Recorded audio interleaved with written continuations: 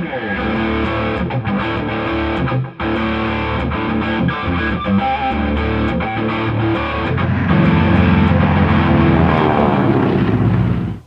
you and I are looking for new amplifiers, one of the things that we're looking for is pedal friendliness. Now, some amps throughout history accommodate pedals really well. Maybe they have a squishy front end or kind of they're naturally dark. Others sound really great when it's just the guitar going into the amplifier, but as soon as you add fuzz, distortion, overdrive, it starts to not sound so great. And there are amps that sound great when you're plugged straight into them, but you can't really use your own pedal board. The thing about the Quilter Aviator is that it is very pedal board friendly. Now, I have my pedal board here right in front of me. I'm going to walk through a handful of my overdrives, distortions, compressors, treble boosters, all that good stuff. I'm in the channel 2 of the Quilter here. I have the gain up, where it's got a little bit of crunch to it, just a little bit of aggression, but it's not dimed out or anything. The other thing you can hear is that there's plenty of top end. I have plenty of treble. A lot of times whenever a manufacturer wants to demo how pedal friendly their amp is, they might roll off some of that treble so it doesn't sound too harsh.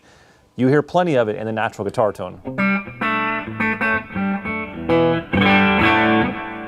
All right, first pedal first. Doesn't matter if it's silicon or germanium diodes. Fuzzes normally have kind of a scrapey top end to them, and they're not for the faint of heart. The Zephyr Fuzz here from Mojo Hand sounds like this.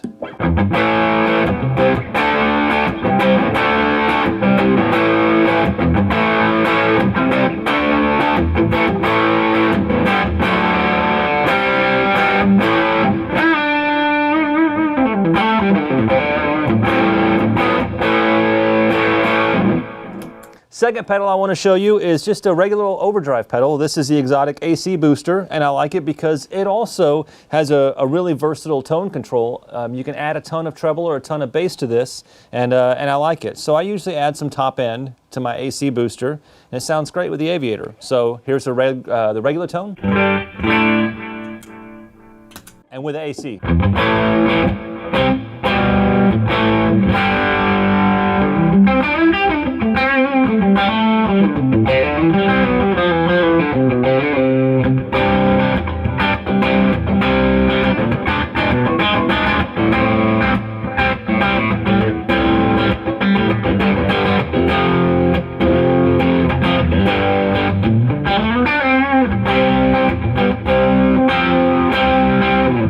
How about a just regular old compressor? So add a little bit of squish. There's your regular guitar tone.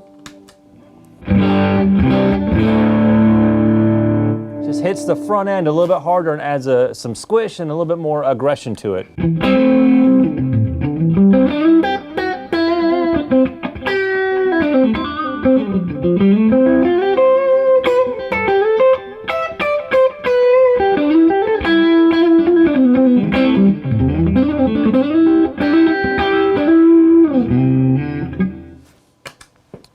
How about adding a little bit of compression? So there's no drive or anything added to this. It's just some squish, and I hit the front end of the amp a little bit harder with a louder guitar signal. So here's the regular signal, unadulterated.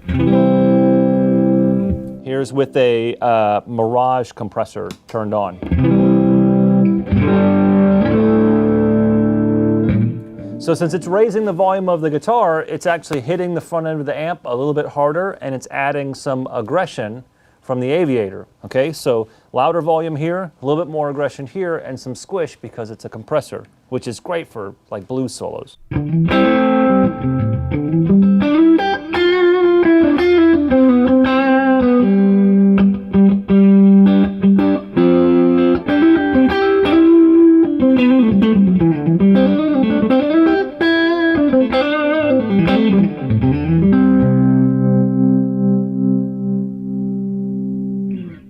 All right, last but not least, how about a treble booster? Whenever it comes time for me to take a solo and step to the front of the stage, I want to get rid of some of the frequencies that may compete with other people, and I want to step out forward, right? So a treble booster is great for doing that. It takes your natural guitar tone and it adds to the frequencies, the upper end and vocal-like mid-range that'll push to the front of the mix. Does that make sense? It's kind of like shining a musical spotlight on yourself That's why you want a treble booster. The one that I'm using right here is an amazing pedal from Catlin Bread up in Portland, Oregon. It's called the Naga Viper. So, there's your regular guitar tone.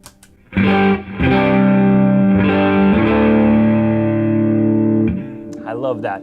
Classic rock.